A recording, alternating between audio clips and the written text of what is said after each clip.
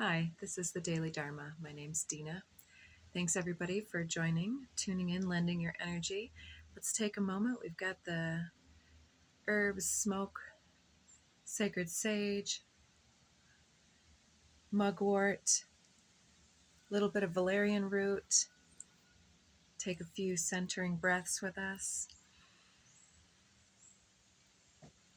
And set your intention for your reading. We already have our first card in the pre-shuffle from the Mixed Art of War Tao Te Ching deck. And the side that was up is the side that says, Sun Tzu said, "The organization in which leaders and employees are united in purpose will be successful." The back side says, "Lead by example." While families do not have, quote, leaders and employees, we're not really organizations and are not really organizations. They could be considered a small not-for-profit business. Successful parents lead by example, setting out roles, boundaries, standards of behavior, and expectations with clear communication and enforcing the rules with kindness. They value input from their children and are keen to make joint decisions with them. So here we're talking about the differences between families, the one of your origin where the roles and standards were set initially, some form of family grooming here, leading by example and exempling by leadership, and the way that we're choosing to shift our own engagement with those that perhaps depend on us for their livelihood or for their sense of safety and security, whether that's through money or through literal home. We could be talking about an issue in your family or otherwise. Let's just go ahead and get one more card from this deck. We'll stop there. Number 10 is on the top. Can you coax your mind from its wandering and keep to the original oneness? Oh my. Before we even start, I have to stop with the wandering and say that Shiva already spoke at the beginning of the reading. I was getting ready to start, and then something about Shiva came through, and it used to be that he was my divine masculine deity that I was kind of working with in different points, and Shiva is the primary Hindu god that is the destroyer. And sometimes things, outside influences, the state of the environment can really pierce and destroy our sense of security and peace.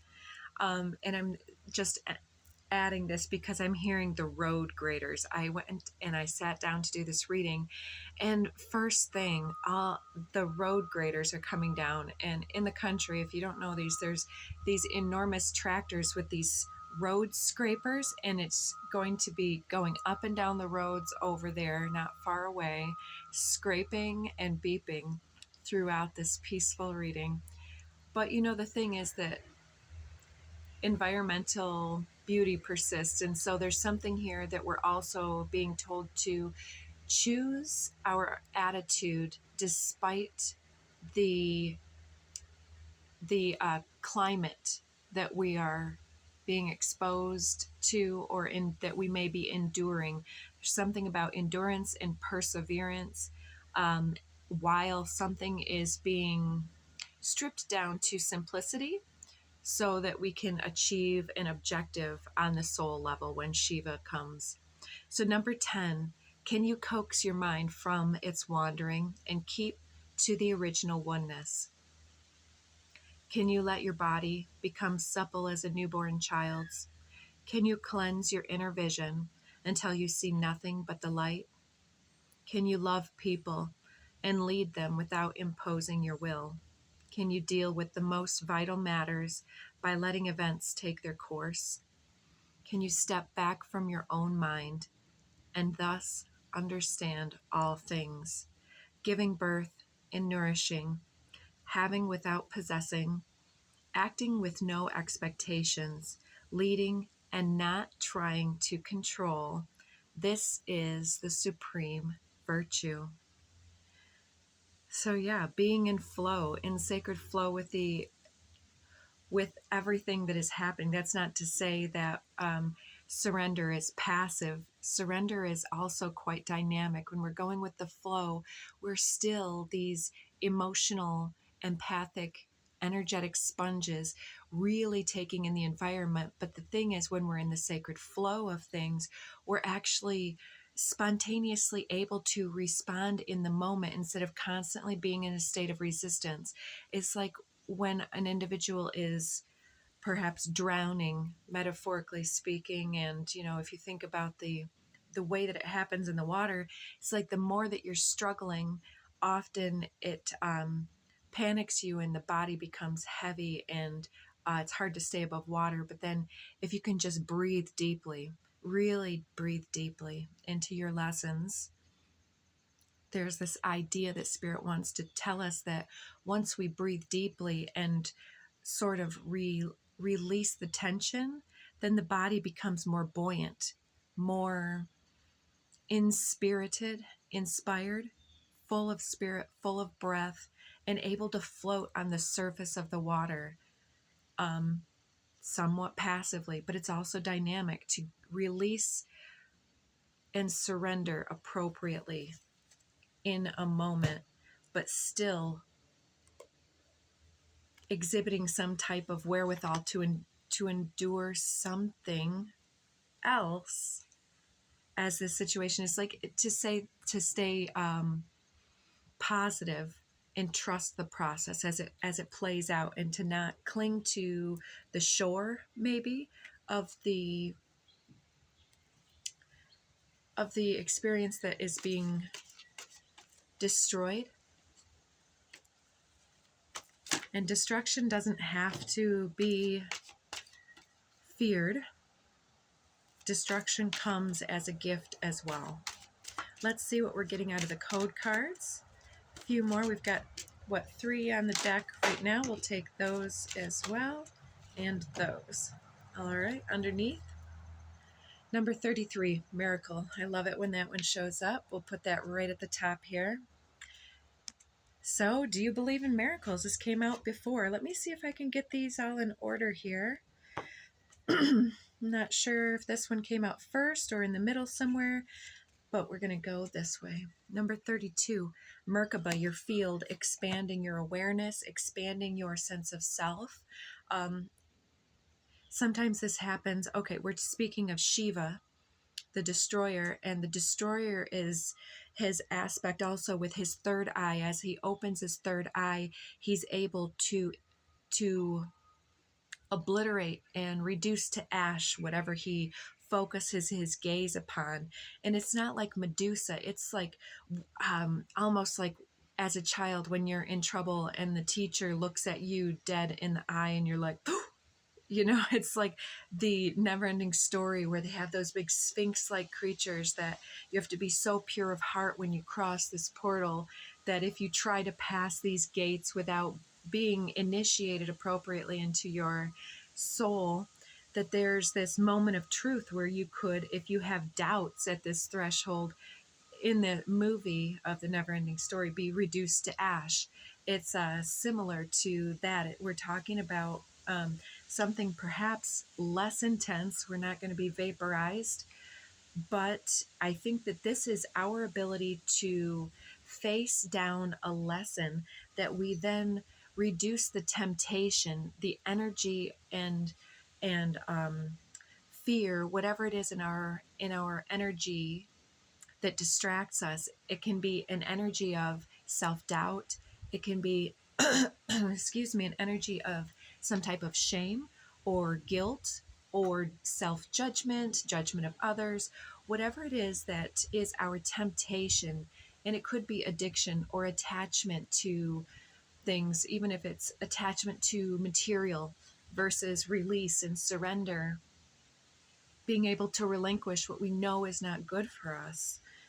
So Merkaba comes out to show this expansion point. So it's not talking about the oppression anymore. It's talking about being released, liberating some of our energies.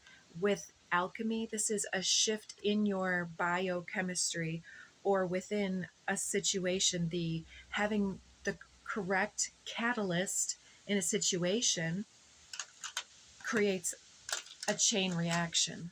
So that's what we're talking about with chemistry, is the chain reaction that happens from this expansion point. So let's see, more context. We have conception. It could be the conception of an idea or an awakened awareness of something. And face up, we had earth and change. So it could absolutely be a shift or change in a material circumstance, like, you know, you get a bonus at work and you didn't think that you could afford to get something repaired on your vehicle before winter or something, and now you're able to get that new set of tires or something. It's something like that. However deep it happens in your family or in your workplace, there's, yeah, a shift of our own inner attitude perhaps even can shift our ability to perceive of an open door, or the potential for, like, let's say you identify that something's there's a process or procedure that could be circumvented if you just had one more check before it leaves somebody's hands, and it doesn't take any time at all, and but then you're the one, and so you're like able to negotiate some type of value add that you provide that then shifts and brings an opportunity to shift something, such as your material stability. Here could be your money. But we're getting next line, we have heart, remembrance. Something about the alignment here when we were talking at the very beginning about when an organization in which leaders and employees are united in purpose will be successful. There's some kind of a buy-in here, an ability to conceive of a shift in environment. It could be physically moving house or going on a road trip. I'm not seeing travel necessarily, but Merkaba is like the chariot. I have to take that back. Merkaba could be travel, but some sort of nostalgia, memories, maybe visiting places from the past. Oh, nice. I was looking for this one when we had change of earth, prosperity. Yes, so thinking and remembering what you'll do with this money, or where your money needs to go. Being practical here comes in, because we were talking about the tires. You know, if you get your bonus, it might be nice to go out and splurge on all kinds of things that you don't get to spoil yourself with normally. But it's kind of like to remember where your heart lies. It's like, yeah, but in 10 years, going out for ice cream might be a good memory, and it's maybe cheap, but, you know, going out to a splurge day in high priced town like Chicago or something, you know, that's maybe not the best use of your money, something like this. So then we have coherence and emergence, and we have the road grader. Shall I pause? Thank you for your patience. I know the noise gets a little bit much, so I'm looking at the cards here. We've got a perfect set of 5 above and 5 below, so that lends itself also to the vertical interpretation that I'm looking at here. So Merkaba is stacked with heart. So there's this heart expansion. Alchemy with remembrance is, so it's remembering how to work with something. It's like for instance, when our children are young, they're easily entertained, and we can play little silly games with them, and it's easy to get that satisfying engagement. But let's look at a teenager. Sometimes for some of us, it can be a little difficult because the teenager suddenly knows everything. You know what I'm saying? If you're a parent that's gotten to that point, or somebody who identifies as being that in your situation as you were growing up, you know, how that kind of shift happens from that time. Because we're talking about, yes, remembering alchemy, we could absolutely be talking about a time when you were going through a critical shift in your own personal alchemy, such as puberty, any one of these fundamental shifts in your body's chemistry.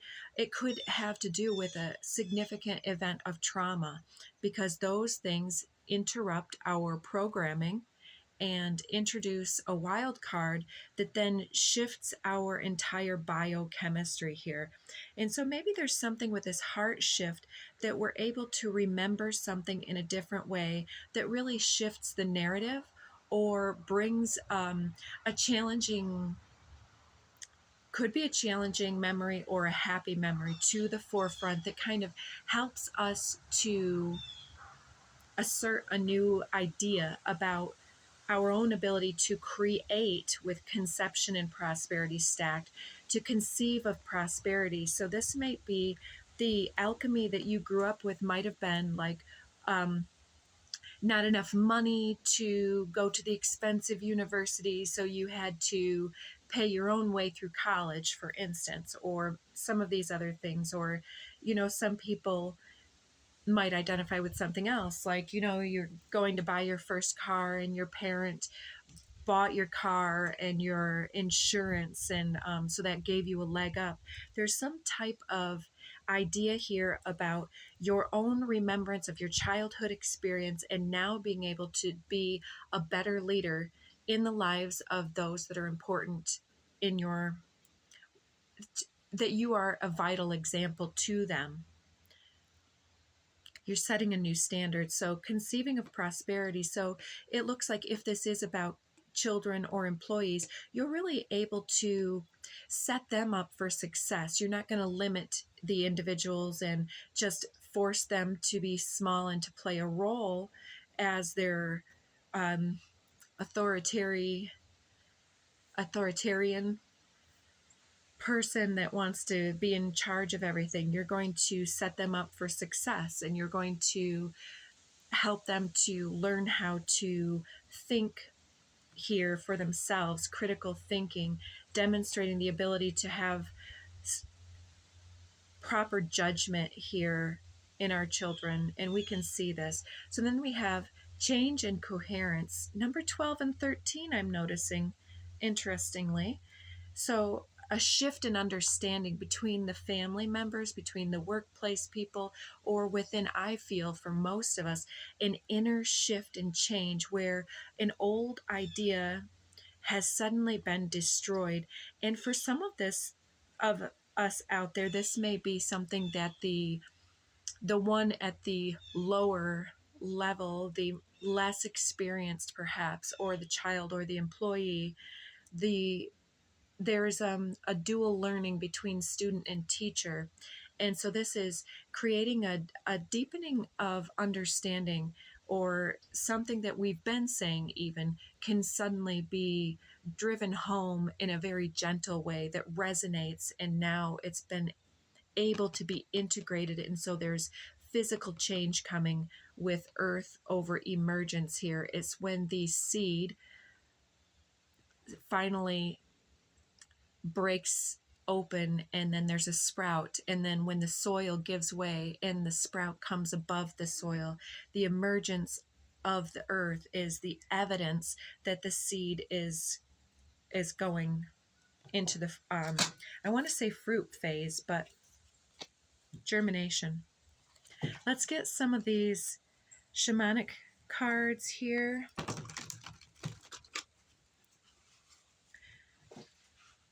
So what is it that we're speaking about? Maybe before we reveal these cards, that's kind of a nice stack, I would not mind getting something from the mixed Kuan Yin Kelly deck. Give us just a little bit more insight into the direction, so that everyone can understand what Spirit is speaking. How is the divine supporting or guiding this decision, empowering us in this heart breakthrough moment? It's like heart expansion can be kind of painful. It can be this type of nostalgia that comes, whether it's happy or sad, with such deep understanding about perhaps the limitations of our parents can then really be a breakthrough moment where us as children, having children ourselves, becomes that epiphany moment here. So, okay, wow. We won't read all of those, but underneath we have the turquoise Lotus Mother. Perhaps some First Nations, First People, perhaps Native American. Turquoise Lotus Mother. Turquoise might be something, a stone that you're working with. There's definitely family vibes here. Continuing. Wow, we have 5 here. Okay, so I'm seeing this in reverse order. It's almost like looking at the present and then looking back and back and back and back. And I'm sensing that right now, whether you're masculine or feminine, you're being depicted by this deck here as the feminine, because it's a feminine deck primarily here.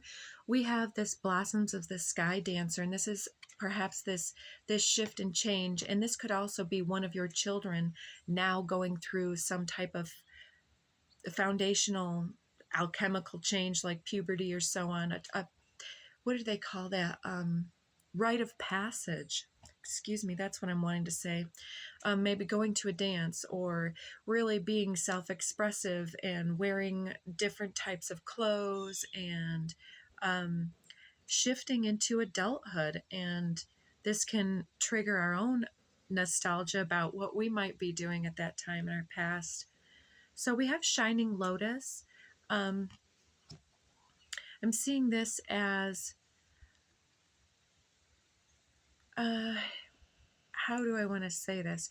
So the Shining Lotus is more like the intuitive and the crown, the understanding part of this change in coherence. It's like somebody understanding that they're growing up, and then here we have their more young adult form that starts to be self-expressive.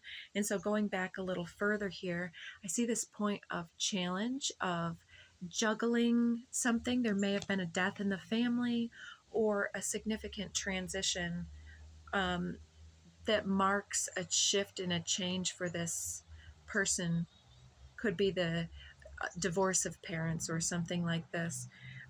Previous to that, going back a little further, we have Moksha of Kali. So here is like, I think the initial bloom of identity and personal desire before the idea of judgment comes in. Like, this is the idea between that innocence and, so yeah, I'll do this all in just a moment. And previous to that, the first one out here is Krishnu. And that one I may want to read first. So this one is really, to me, talking about duality and patriarchy and the demands on the father.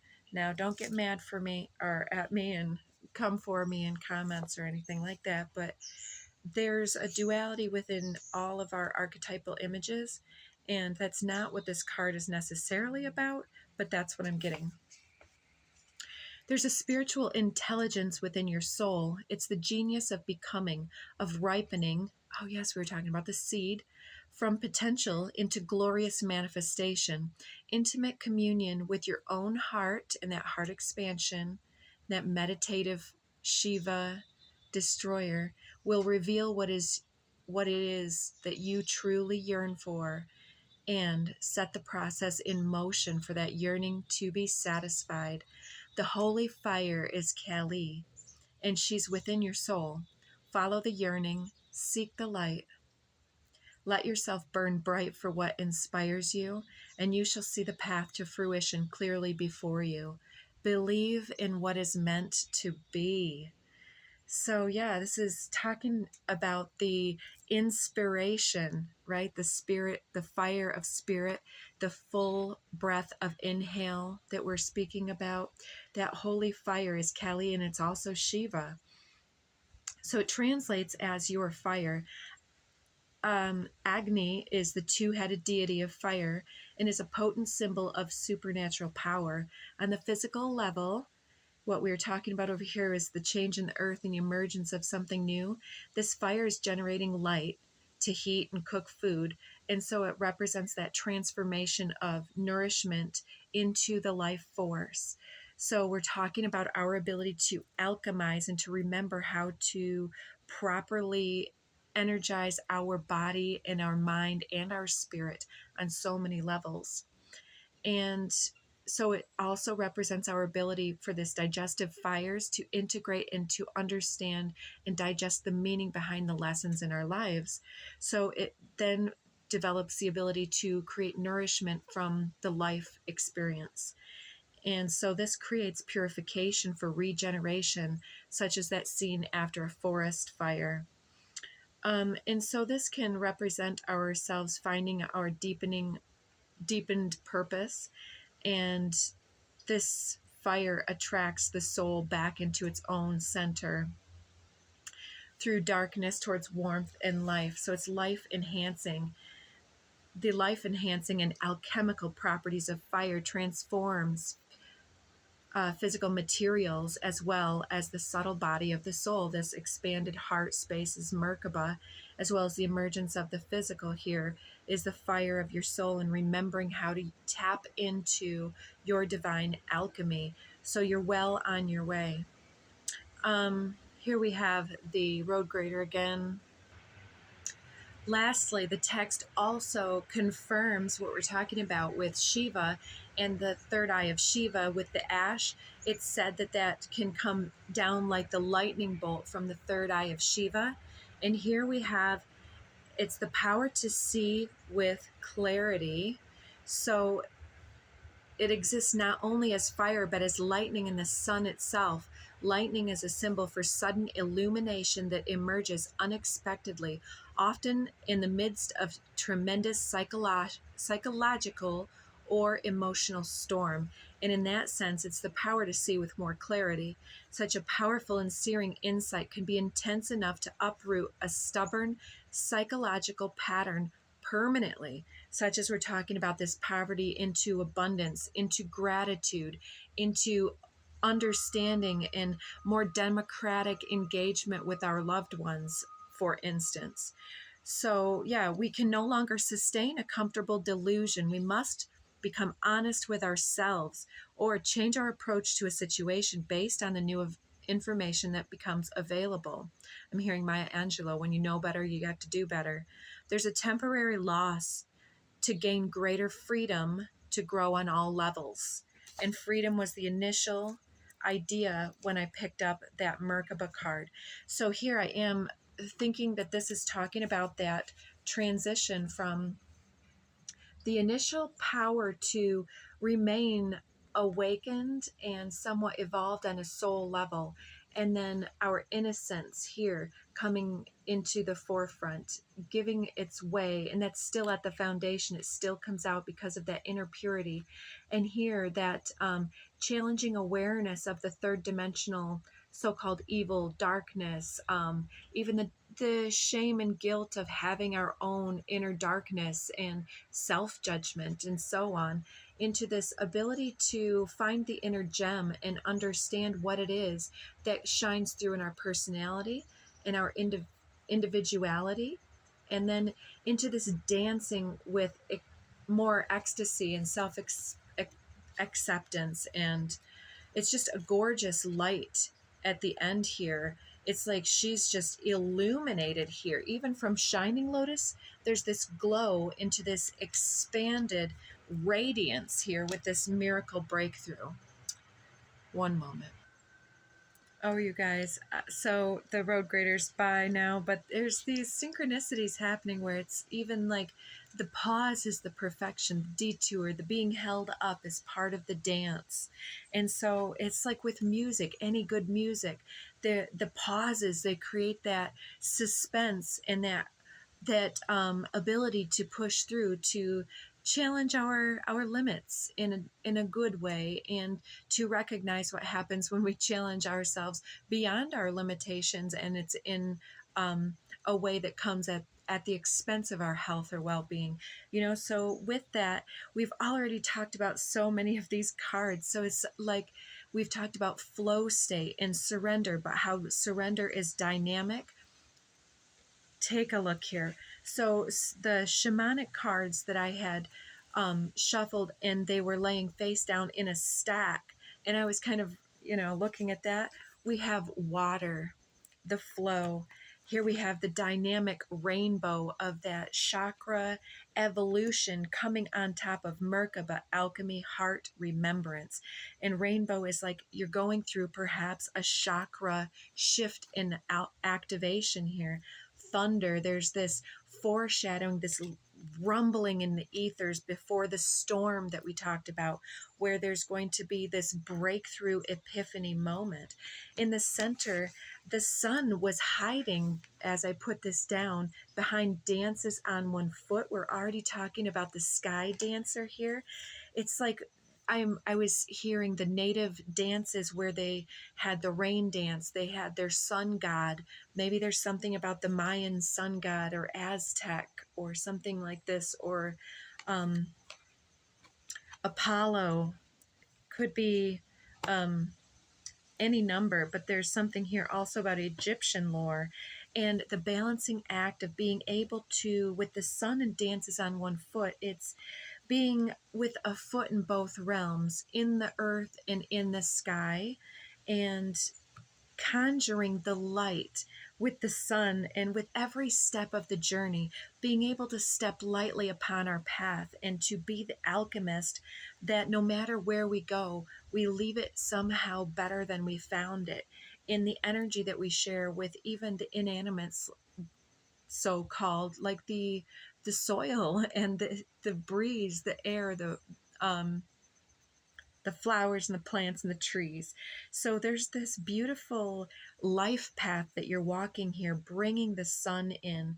And the next comes flow. I feel like it's like we were born, and I'm hearing this thing. Once I was something drop of water. I wasn't high, wasn't something else. Anyways, I'll put that on the line when I figure out what it is. Flow. We're becoming the alchemist. We're like shifting, shape shifting our environment here. And here we end it with the witness. And this is so beautiful. We're at the end of the reading.